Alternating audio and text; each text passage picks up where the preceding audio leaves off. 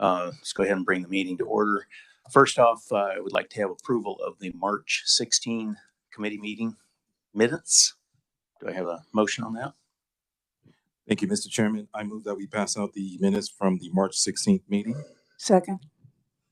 And we have a second from Representative Neighbor. Committee, all in favor? Aye. Any opposed? All right, let the records reflect that the minutes were approved. And with that, we've got a virtual briefing going on with Southwest Power Pool for our IT person. Do we have them on the line?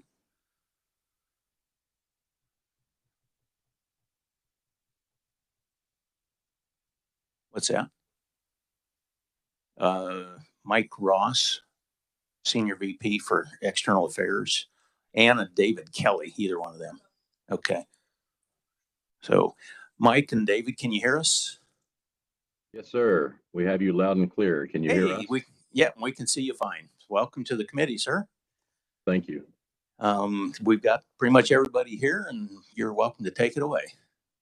All right. Well, thank you, Mr. Chair. And are they going to put the slides up for you all there on the screen? Here we go.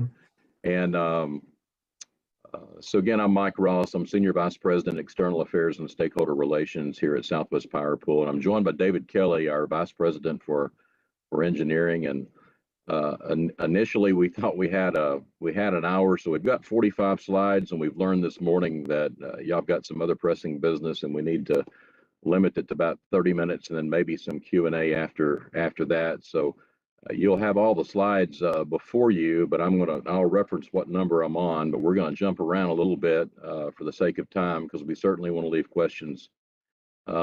time for questions at the end. But in a previous life, I spent 10 years in the Arkansas State Senate, and so thank you for your service and for what you do. And I understand how things come up, and so we understand the time constraint this morning, and so we're going to get right with it. And we'll, like I said, we'll jump around a little bit here. So let's go on to the next slide if we could. And Mike, if I could just inject real quick, we've got some people here that probably have not heard from the Southwest Power Pool yet, so I do not want to cut you short either. So okay. Do whatever is appropriate, sir. Okay. Well, thank you, Mr. Chair. And so basically, Southwest Power Pool, one of the 7 regional transmission organizations in the United States.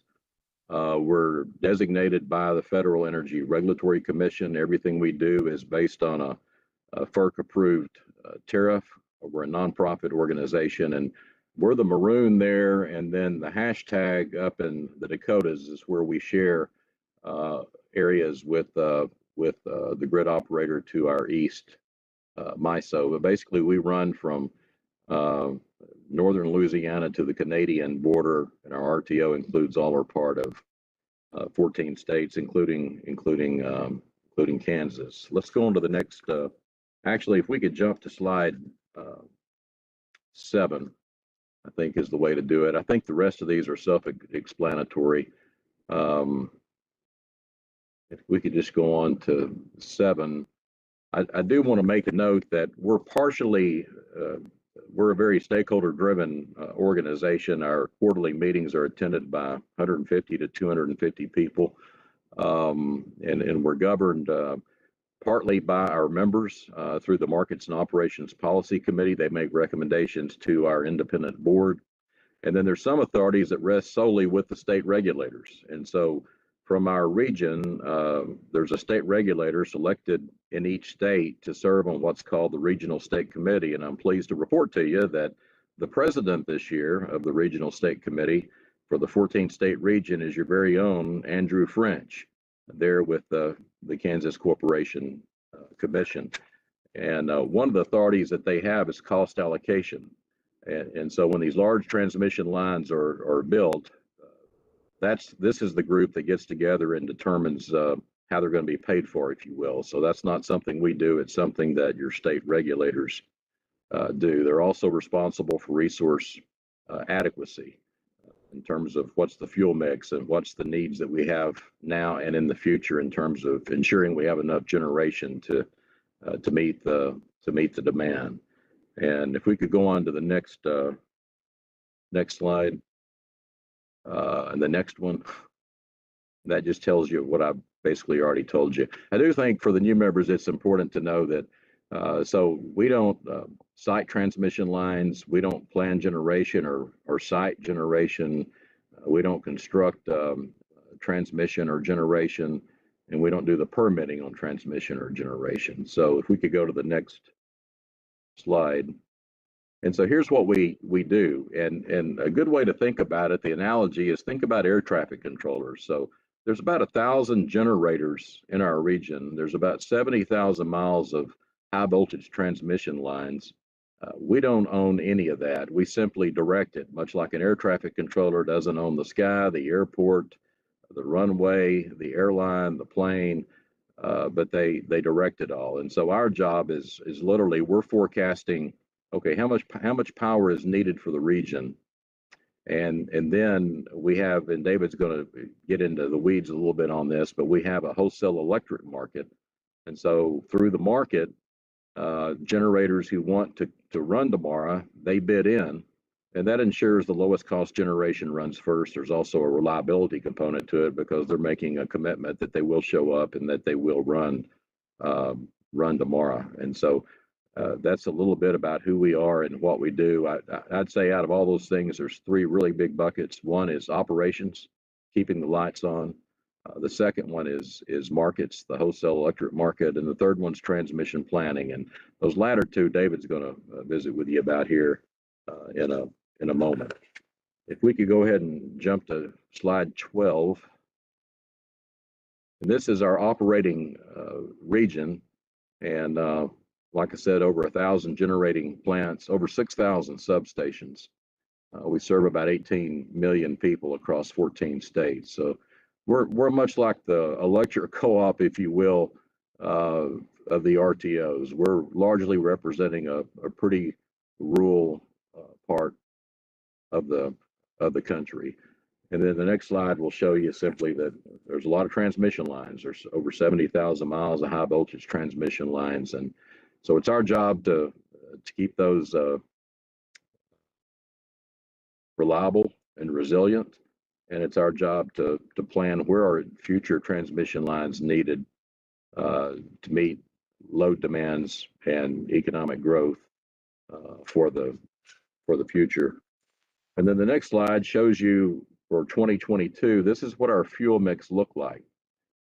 So wind, largely thanks to Kansas, wind has now become our number one fuel source, 37.5%. But as you can see, coal is right behind it at 33%, and natural gas at 21%. And so, and we don't pick the winners and losers because we facilitate the wholesale electric market. We cannot favor one source of energy over another. And so we don't decide what the fuel source is, the market does. It ensures lowest cost generation runs first. And then this is, if we could go to slide 16. I think this is pretty interesting here, and it basically it shows you the Kansas generation and load. So if you look to the box to the right, you'll see that Kansas, and again, largely because of so many wind farms there, y'all are producing about a little over 60,000 megawatts of generation, and your load's a little over 40,000. So you're what we would call a net exporter of energy. And so a lot of energy that's being made in Kansas is being placed on the wholesale electric market and sold to other states in the region, if you will. And then the next slide just kind of shows you what Kansas share is. So if you look to the left, about 21.5% of the generation comes from Kansas, and about 16.2% of the energy needed, the demand's coming from Kansas. So again, just another way to look at the fact that y'all are a pretty significant part of our 14-state region. And then if we could go to the next slide, and let's keep going there. These, I think, are pretty self-explanatory. I want to leave time for questions, and David's got some. There we go. And so wind today, we've got over 30,000 megawatts of wind installed on our system. Just 20 years ago, it would have been in the other category. When I showed you the donut a minute ago showing the fuel mix, it would have been a blip on the screen just 20 years ago. So it's all happened pretty quickly. That 30,000 megawatts comes from nearly 15,000 wind turbines across 244 wind farms across our region, and primarily those are located in the Panhandle, Texas, Oklahoma, Kansas.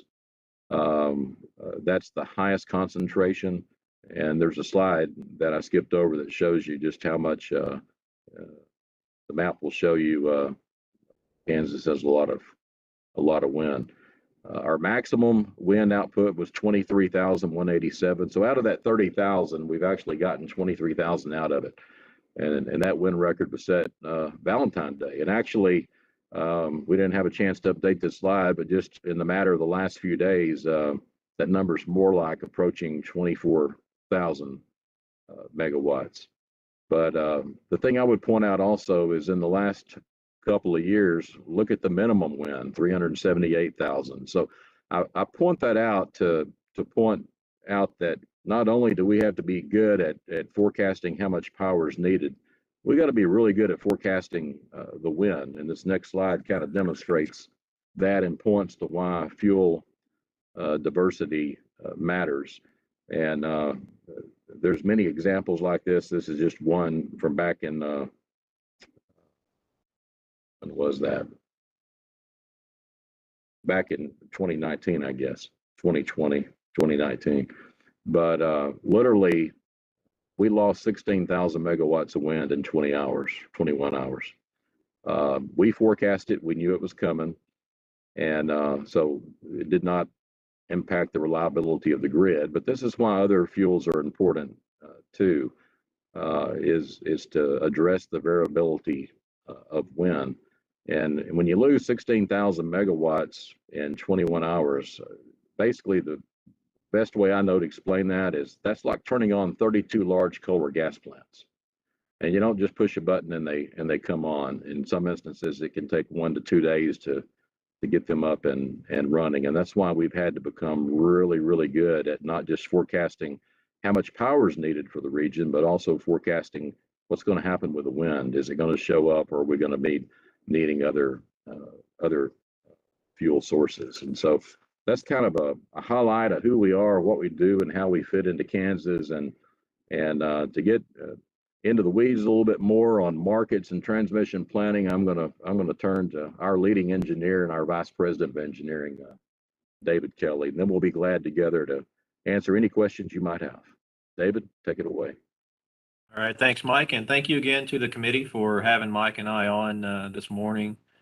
As Mike introduced what Southwest Power Pool does, he mentioned that we have 3 primary responsibilities of reliability, keeping the lights on, operating wholesale energy markets, and transmission planning. And I'm going to touch on each of those subjects.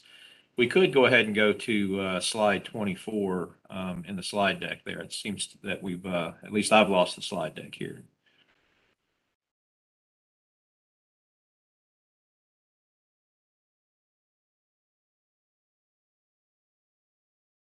All right, there we go.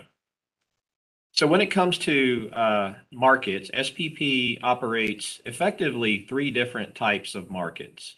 One is transmission market. Another one is energy and ancillary services market.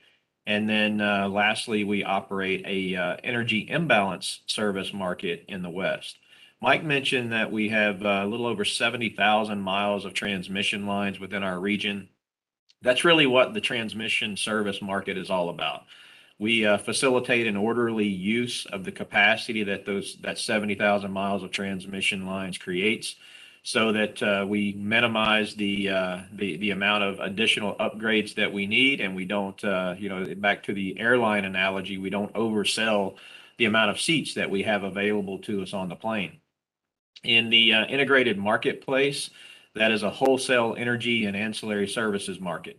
So instead of Evergy or Sunflower having to go out and procure the energy and the ancillary services needed to serve their load, they bid and buy from the wholesale energy market that we operate across the 14-state region, and that gives them access to much lower cost generation that would otherwise be available to them if they were just doing that on their own.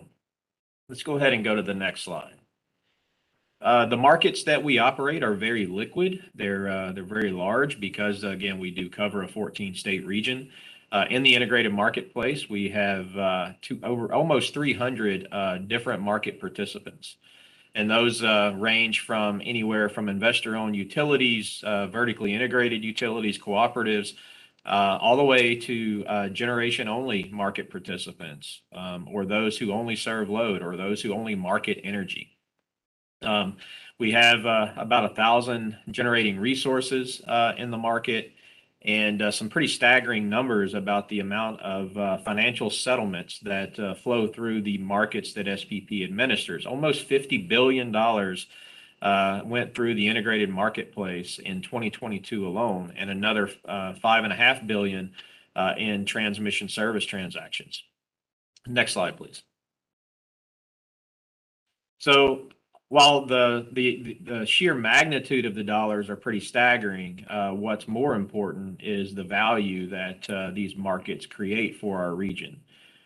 Cumulatively, about $8 billion in benefits have been accrued throughout the SPP region as of earlier this year, and just shy of $2 billion annually. And the reason we're able to deliver those benefits is because of the transmission and the fuel mix of the generating fleet that we have, which has resulted in some of the lowest cost energy anywhere in the nation, on the average of about $30 a megawatt hour. Mike mentioned the amount of wind we have within our region. Just over the last several years, we've seen 1,000% increase in the amount of renewable energy capacity that we've seen within our region, again, as a result of the transmission planning and the goals and objectives that our members and our states have set. We've gone from 3 gigawatts in 2009 to just over 30 gigawatts last year. Next slide, please. Let's actually go ahead and skip down to the planning section, so slide 29. We'll talk about regional transmission planning just a little bit.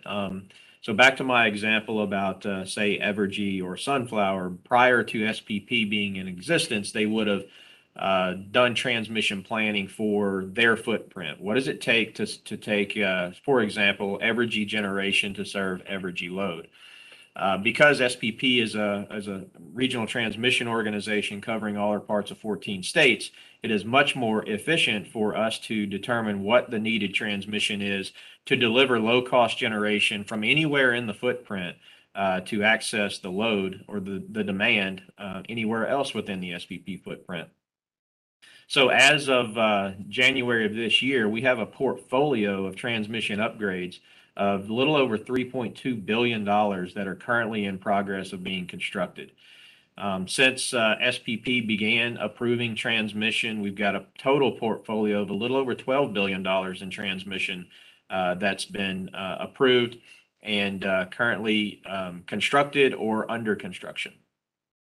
So again, the reason this investment is needed is to keep the lights on and help deliver the low-cost energy that we happen to be blessed with within our footprint to the customers within our region as well. Next slide, please.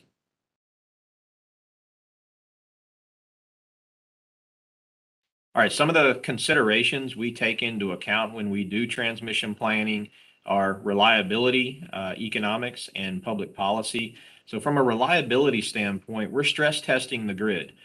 We're simulating what are some of the severe events that might occur when we have generation plants that trip offline, when we have transmission lines that are out of service for maintenance, or when we have severe weather that might occur within our region that cause lines to be taken out of service. And we identify what transmission reinforcements are needed to make sure that we can withstand those types of events.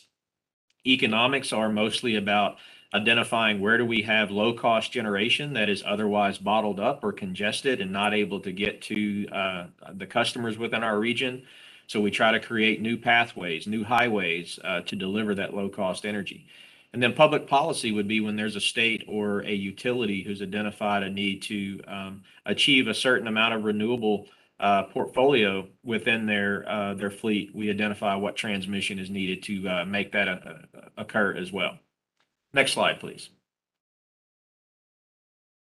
So I've already mentioned the transmission providing access to lower cost generation within our market, and that helps drive a lot of the value that we've seen within the markets that we operate. I've actually got an example here that I think helps illustrate this point here on the next slide, if we could. This is a what we call an LMP, or locational marginal price heat map. You can actually find this map or very similar one on our website at any given time. It shows you the price of energy across our region and where the congestion may be occurring, where we have low price generation that can't otherwise get to other parts of our region because of congestion on the transmission system. And congestion, you can think about it if you've ever been locked in, gridlock on a freeway somewhere because of an accident or just, it's 5 o'clock after you get off of work, right? And so what we're evaluating here in the transmission planning process, again, is where might we need additional roadways or additional highways to prevent these types of gridlock from happening on the transmission system. So on this map here, you can see some really deep blue shaded areas. That's where we have some really low price generation and can't otherwise get to the orange or the red areas. So we have really high prices in those areas. And this can vary throughout the day as we experience different operating conditions, different demand patterns, where we have transmission that may trip offline or transmission lines that go out of service. That can affect the ability of us to find the cheapest energy within our region to keep prices low. Go ahead and go to the next slide. We have a number of studies that we do within the transmission planning group that helps identify needed transmission within our region. We have two primary categories. One is stakeholder driven and member funded studies. These would include the integrated transmission planning process. And this is where we really determine what are those regional needs identified through the reliability, economic, and public policy study processes that we spoke about earlier. And then we have an interregional planning process where we try to identify if there are cheaper, more efficient alternatives to what we can do within the SPP region by working with our neighbors. MISO to our east. We have Saskatchewan Power to our north in Canada, ERCOT to the south in Texas, and even the Western Interconnection, we're beginning to do some transmission planning out into the west as well. And then we have our customer-initiated, customer-funded studies that we evaluate the what's needed to interconnect new generation, what's needed to facilitate new transmission service. I mentioned the transmission market earlier. So when we have a need to deliver generation elsewhere within our footprint, that's like reserving a seat on the plane. We say what transmission is needed to facilitate that. And then lastly, we have a sponsored upgrade process where anyone can come to SPP and say, hey, I want to build a transmission line. We look at that and see if it causes any additional issues on the grid. If not, we let them do that. Next slide, please. We have a dashboard on our website now that helps to illustrate the interest of developing new generation across our footprint. Mike mentioned to you the significant expansion we've seen in generation across our region. Well, we continue to see a very heavy interest in developing even more. We currently have an interconnection queue that's about 600 projects totaling about 120 gigawatts of new generation. Each of the black dots you see on the map here represents a different request to add generation within our region. This is an interactive map that you can actually zoom in on. You can focus in on the state of Kansas, for example. Lots of information available to you on this dashboard. But anyway, we facilitate the transmission needed to integrate the generation that wants to seek to interconnect to our region. Next slide. Some of the challenges we see in the transmission planning process, these will come as no surprise to you because I'm sure many of these are some of the same issues that you all deal with at the state level. Generation that's seeking to be built is often remote from population centers, primarily because of the best places to access land, or where the wind blows the hardest is not always near the population centers, and also not in my backyard concerns. There's not too many property owners that are signing up to have new power plants built in their backyard. Transmission planning can be a long and costly process. It takes many years to not only study transmission, but also ultimately to get it built, to get the permits, to get the right of way. Again, many of the issues that you deal with.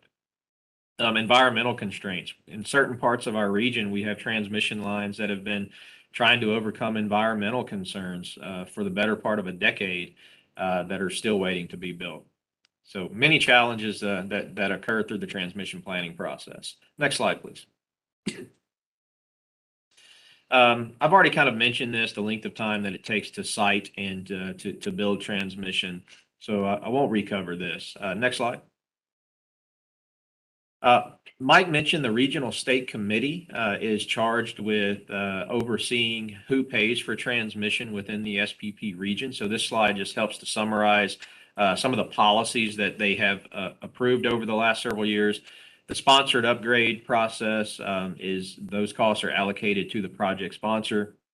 If a transmission line is identified out of one of the customer requested processes I mentioned earlier, the generation interconnection or the transmission service process, those are directly assigned to the customers that are responsible for driving the need for those particular projects. Under the regional planning process, the integrated transmission planning process, that's funded through what we call the highway byway mechanism, which funds transmission based on the voltage class. So 300 kV and above is allocated 100% across the region on a load ratio share basis. So think of these as the major interstates, the major freeways. And so the costs of that are assigned throughout the region because it helps to facilitate the bulk transfer of energy across the 14-state region. Between 100 kV and 300 kV, these would be sort of your state highways. Those are funded 1/3 across the region and 2/3 to the local area. And then 100 kV and below would be kind of your city streets. Those are allocated 100% to the local zone. Okay, I think that concludes the transmission planning section. Let's go ahead and go down to slide 40, and I'll touch on resource adequacy for just a second. This focuses in on the keeping the lights on, the reliability aspect of SPP's mission. So resource adequacy involves the process that we use to ensure that the utilities within our 14-state region bring enough generation to the table so that we can keep the lights on 24 hours a day, 7 days a week under nearly all operating conditions. Mike mentioned this, but SPP is not responsible for planning the generation, building it. That's primarily a utility and a state responsibility, but we do have an obligation to ensure reliability, and we do that by creating processes and incentives for members to bring generation to the table so that we have a reliable grid to operate within our region. Next slide, please. A component of the resource adequacy equation is what's known as the planning reserve margin. And so what we do is we establish a requirement that every utility within our region that has an obligation to serve load has to bring enough generation to SPP's market in order to meet its load serving obligation, in addition to a margin. And that margin is currently set to 15% above the utility's load responsible obligation. So customers serving utilities have a marginal amount of capacity standing by, and that's what gives us the ability to be able to account for the loss of generation or any other contingencies that may occur within the region. Next slide, please. In addition to establishing a requirement, not all generation is created equal. Mike showed you a few charts that demonstrated the how wind behaves. We may have wind on one day and not have it the next. The same occurs for solar. We only have solar generation to the extent that the sun is shining. Hydro, for example, as long as we have good water conditions, we'll have plenty of hydro. But if you're a utility out in the Western interconnection these days, water can be hard to come by.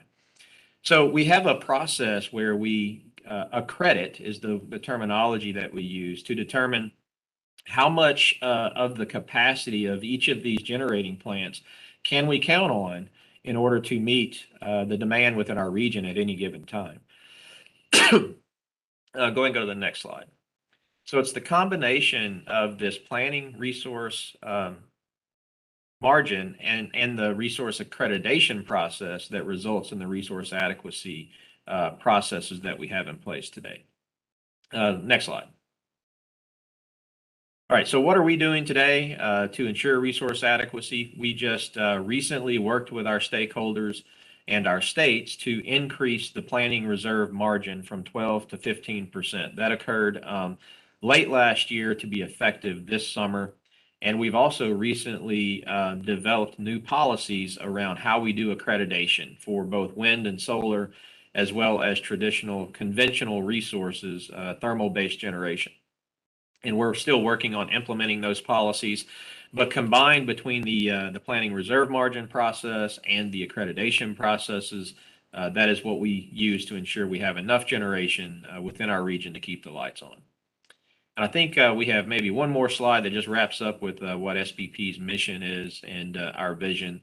And Mike and I would be glad to take any questions that you have.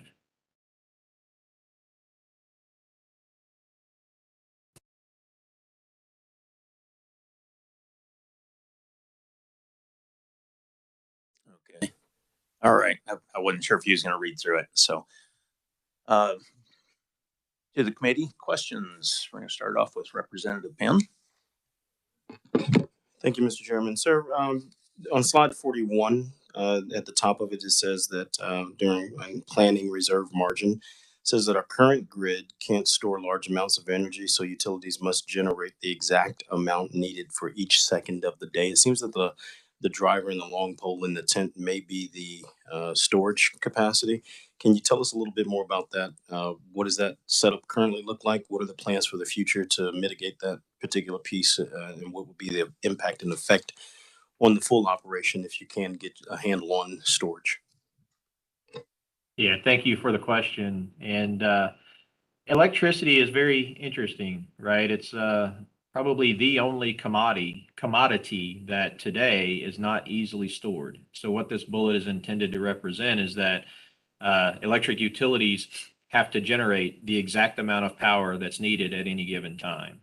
Storage is a technology that is currently being developed, and we have a couple of sites within the SPP region that are grid level storage that today is being used to help us meet on-peak demand whenever we may otherwise be short generation elsewhere. But it's still a developing technology. We do have tariff-based processes and planning processes that facilitate the addition of storage when our members want to develop it. And our generator interconnection queue that I mentioned earlier has several thousand megawatts of planned storage in it. But as we're just now beginning to experience the addition of storage within our region, we honestly don't even know the full capabilities of what we're going to see over the next few years. But it will be a game changer once the price point gets to where it makes sense for the utilities within our region to develop it and for it to create the value for their ratepayers. I think it will be a game changer within our region. Go ahead. Thank you for that answer. I appreciate it. And I'm trying to find the slide, but it was a table that you had in here, and it was talking about the breakout of, there we are. And which slide is this? 37, I believe it is. Who pays for the transmission projects? Talks about the voltage in the region, and then local zone pays. That piece down there on the 100 kV to 300 kV says 33. The split is 33%, 67%. Have you had any pushback, any talk from, the local? I'm trying to understand that whole piece right there. I would imagine a 50-50 split would be more in line. Do you have any pushback from members about that?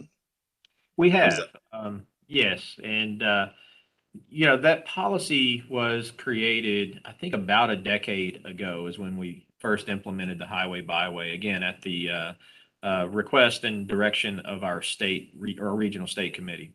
But yes, the pushback that we have gotten was around states like Kansas. Mike mentioned is a net exporter of generation to the rest of the footprint. And so you have certain areas within our region, and in particular the state of Kansas, where certain utilities have more generation on their system that are really being used to serve more region-wide needs. And so we developed a waiver process that was just recently approved by the Federal Energy Regulatory Commission, where when there is a demonstration that those 100 to 300 kV lines are really being used to support regional needs as opposed to the local needs, then there can be a waiver request made of the SPP board, and that can be approved. So that was just recently implemented. Thank you, Mr. Chairman. Representative Roth. Thank you, Chairman. Thanks for your presentation. On slide 42, it talks about renewables as resources. And I've got two questions. Do you ever foresee that renewables will provide 100% of energy that's required in the states here? I've been around long enough to never say never. But I do think getting to 100% is going to be challenging, at least with current technologies. With wind and solar, as you all know, the wind doesn't always blow and the sun doesn't always shine. And battery storage that I just talked about is kind of a bridge that I think can help get us there, except in circumstances where you go days and perhaps multiple days without the wind blowing or the sun shining. I think getting to a really high percentage, which we already have as a region. Mike showed some statistics earlier where we've had periods of time where we've had over 90% of the demand within our region being served by renewables. But to do that 24/7 around the clock, I think is going to be extremely challenging and extremely expensive, at least for the foreseeable future. We may get new technologies that we haven't even contemplated yet that will help us get there. But I think getting to something 75 to 80% renewable around the clock is going to be much more achievable than getting to 100%, again, just from a realistic standpoint. But we may get there one day. All right, thank you. And just one follow-up question, same slide. It says coal and gas depends on a finite supply of fuel. So finite is in how many years of supply do you have of this fuel? Yeah, when we say finite, it's not so much in what does the nation have available to it, but it's what any individual plant may have secured. So we've seen situations during severe weather events where a gas plant, for example, may have lost its supply of gas and they don't have on-site fuel storage. Coal plants may have their coal piles that are frozen up during really severe cold weather. So when we say finite supply of fuel, it's not so much is it available within the country or across the world. It's really what does that particular plant site have available to it. Thank you for clarifying that. Thank you, Chairman. Representative Schreiber. Thank you, Mr. Chairman, and thank you, Mike and David, for the presentation. A couple of questions, and then I'll let whoever wants to respond take those. The first is for baseload generation in the footprint.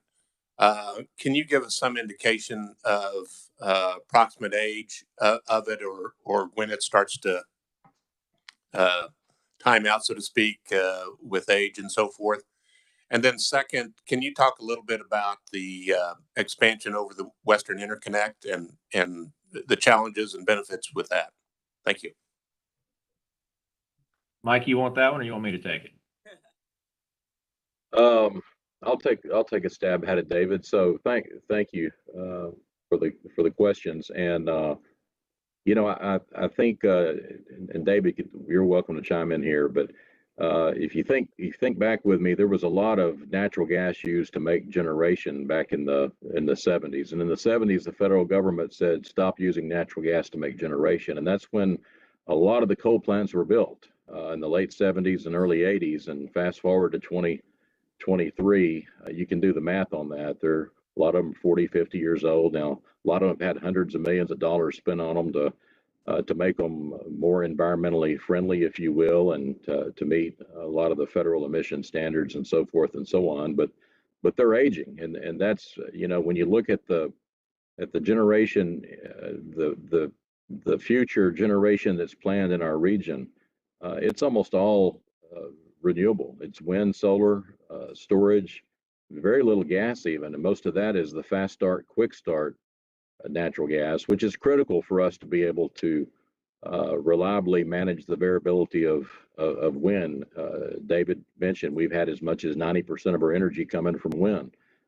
We would never let it go that high if we didn't have about 150 fast start, quick start natural gas generators in our back pocket. And those are the generators that do not take a day or two to get up and running. They literally can go from off to full blast, which could be anywhere from, 25 to 200 megawatts in under 5 or 10 minutes. And so that is a concern that we all have, and I think our state regulators have, is when you look at the generation plan for the future, and you look at the fleet today and the fact that it's aging, I think there is reason for concern, and that's why we're spending a lot of time and focus now working with our members and state regulators on the resource adequacy issue. In terms of Western expansion, we're really excited about. So back in, I guess it was 2019, we became the reliability coordinator for several states in the West, including all of Colorado. And then a couple of years back, we launched a real-time balancing market. David kind of explained what that was in his presentation. It's called the Western Energy Imbalance Service Market. And so utilities in the West are not a member of an RTO today. It's kind of interesting. If you, I don't know if we could go back to slide 2 or not, but you can see that 2/3 of the country utilities have joined an RTO, and it's been voluntary. They've decided to join because there are benefits to them and their customers.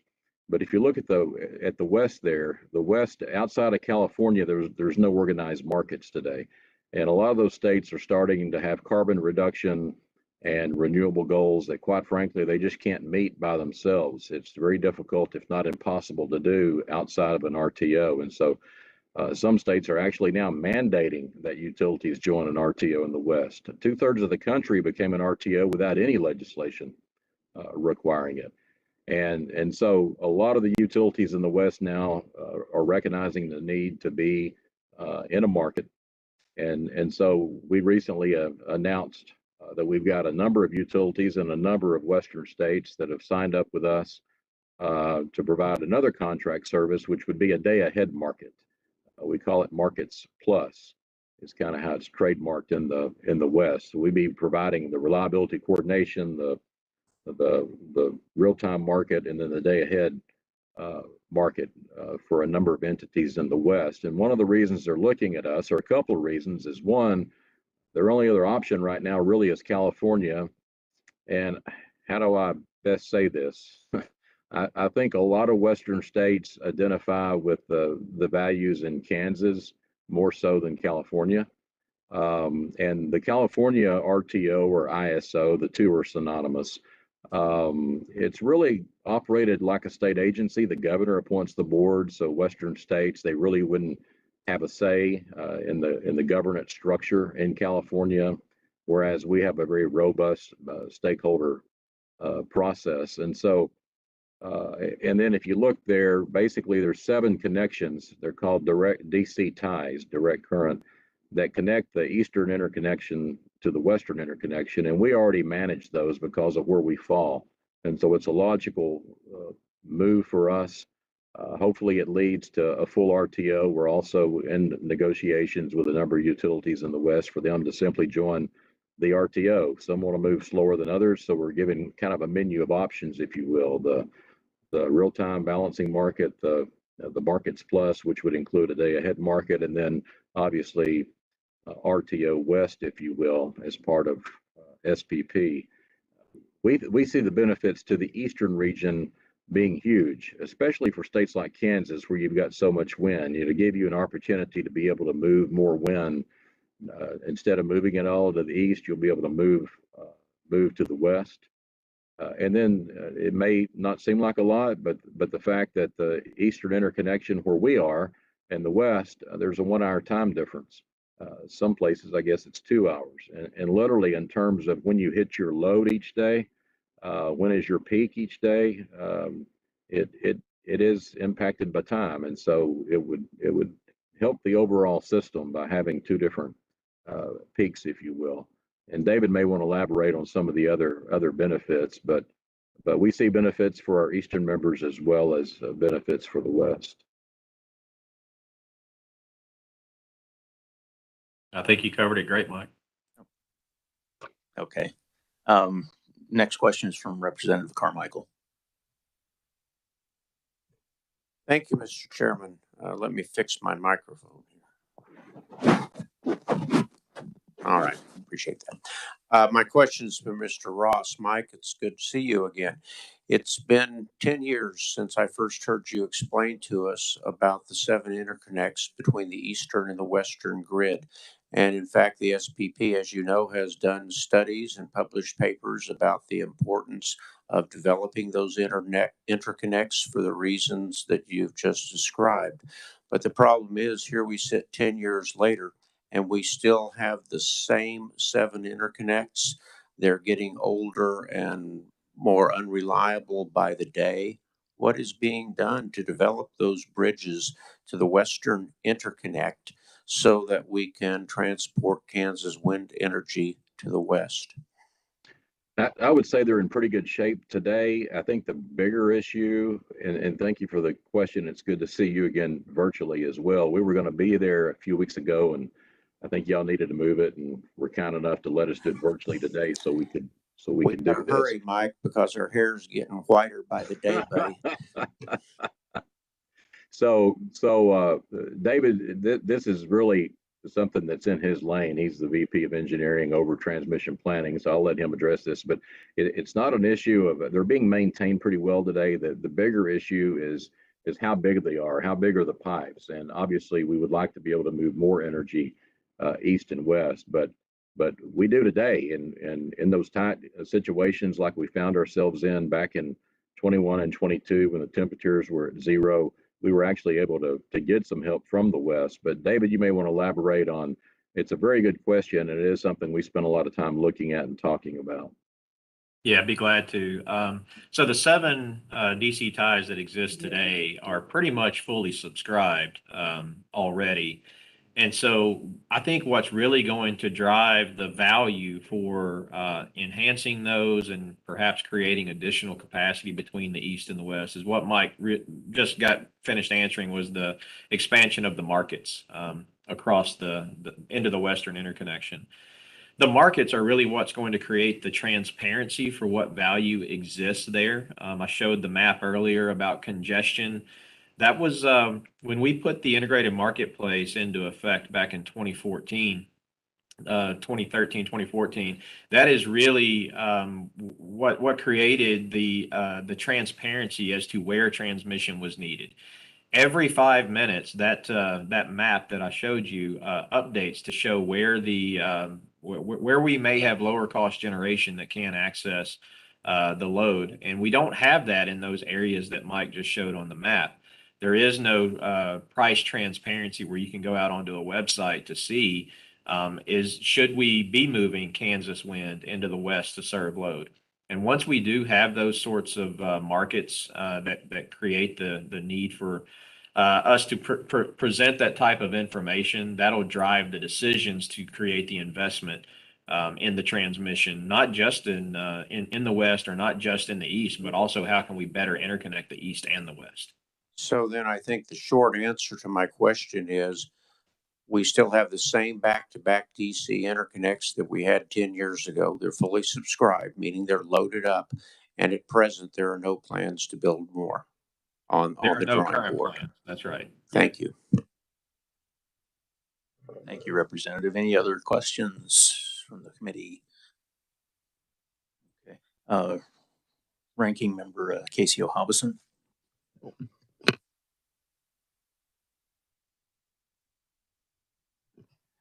Thank you, Mr. Chairman. Thank you for your presentation. I want to go ahead and follow up with the question that my good friend from Winfield, Representative Rock, had asked earlier in regards to when you mentioned the word finite supply of fuel. Does Kansas coal and gas plants provide any value to the SPP? Absolutely. Mike talked about the variability we see in wind and solar. And the only way we're able to maintain reliability within our region when the wind isn't blowing or when the sun isn't shining is because of the coal, gas, and nuclear plants and hydro plants that we have available within our region. So we very much do value having a diverse fuel mix within our region. And my follow-up question to that is how are Kansas utilities and ratepayers compensated for that value? Great question. And today they're compensated through the SPP market for the energy that they provide. That's a variable O&M type of compensation, if you will. So the 5-minute market is based on variable costs and not fixed costs. How utilities recover the fixed cost of their assets is governed by each of the individual states and their rate making principles. So effectively, they're compensated for the energy they produce based on the compensation they get through the SPP energy and ancillary services market. Okay. Do SPP members outside the state of Kansas pay for the year-round operations and maintenance costs for these already plants in use? Yeah.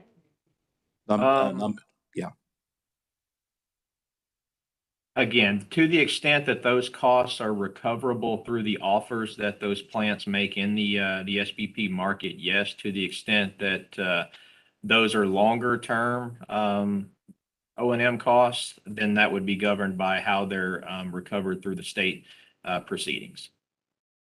Okay. I guess that's all the questions I have. Thank you, Mr. Chairman.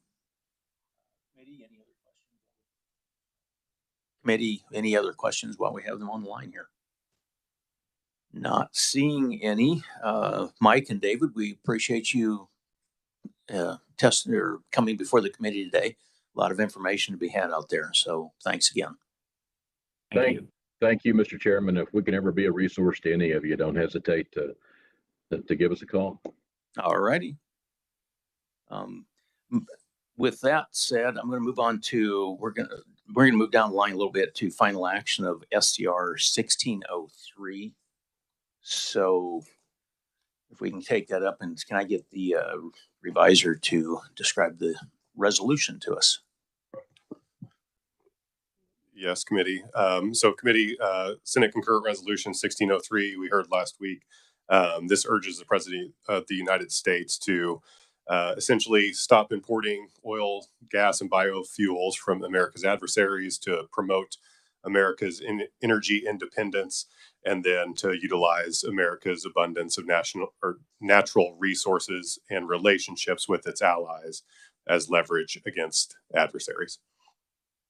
Committee, any questions for the reviser?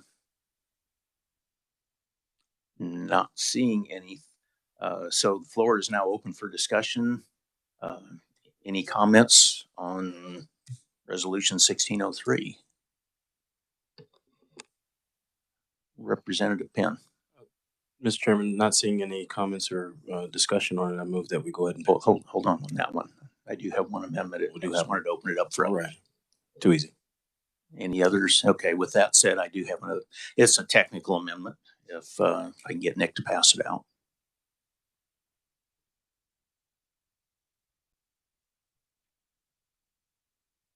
While they're passing this out, committee, it's strictly a technical amendment. On the last or second page of the resolution, I'm just going to read the last 3 lines. It says, be it further resolved that the Secretary of State shall send an enrolled copy of the resolution to the President of the United States, Joseph R. Biden, and 3 enrolled copies to Senators Billinger and Fagg. And I just thought it'd be nice to get some of that over to the House side. So the amendment simply brings on Representative Delberdang, Turner, and O'Hobson. So we've got records of it too. So strictly technical, and I just wanted to include the House. So any discussion on the amendment? I'm sorry. We need to have a second on the amendment. Representative Penn. Okay. With the representative and Representative Neighbor. Point of clarity. Thank you, Mr. Chairman. Point of clarity. It says 3 enrolled copies to Senators Billinger and Fagg, but you've added 3 more names beyond that, haven't you? Yes, I did. So you need 5?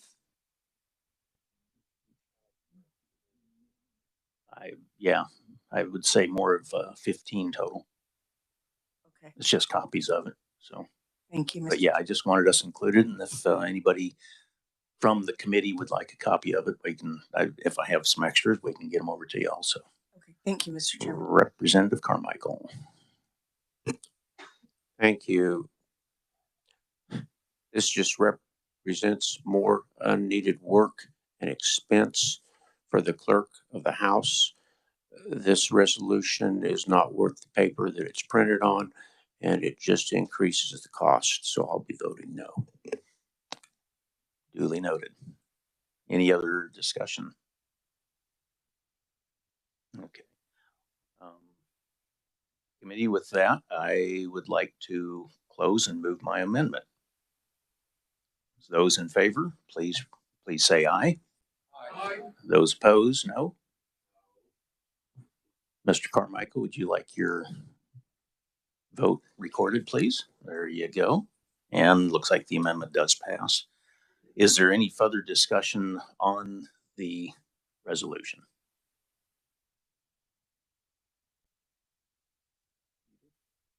Representative O'Hobson. Thank you, Mr. Chairman. Looking at this particular resolution actually calls for a resolution sent to the President of the United States, and it gives a lot of bullet points as to what the President of the United States should be doing with respect to energy. I have done some research, and it looks like all the stuff that is being listed on here, the President of the United States is already doing. Regards to stopping importing of oil, gas, and biofuels from America's adversaries. Of course, if you take a look around the world, I know we have some problems, and there's some economic sanctions on some countries right now with respect to that. Take a look at reevaluating our energy policies that have actually curtailed domestic energy production. I believe it was last week or 2 weeks ago that he actually has signed an executive order with respect to drilling out of Alaska, promoting our importation, actually our domestic production. So some of this stuff is already on here. He's already doing. I know it's just a resolution as to increase our production here at home, but I see this particular resolution as just something on paper from the Kansas Legislature.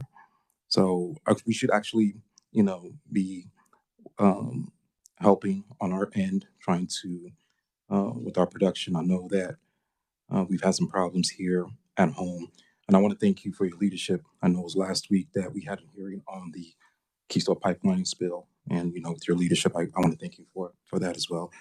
So it's just a comment. I mean, it's not. I'm not opposing it, but just want to make for the record that whatever we're saying to the President of the United States, all the stuff on here, he's already doing. And matter of fact, he's actually, last time I checked, he was actually building on to some of the work that all his predecessors have been doing. So with that, I just wanted to make that comment. Thank you, Mr. Chairman. Any further discussion on the resolution? Not seeing any. Committee, what is the desire of the committee regarding resolution 1603? Representative Penn. Mr. Chairman, I move that we pass out resolution 1603 favorably. Thank you. And Representative Roth. Okay, please let the minutes reflect Roth is the second on it. So with that, committee, those in favor of recommending resolution 1603 as amended, signify by saying aye. Aye. Opposed? Looks like the ayes have it.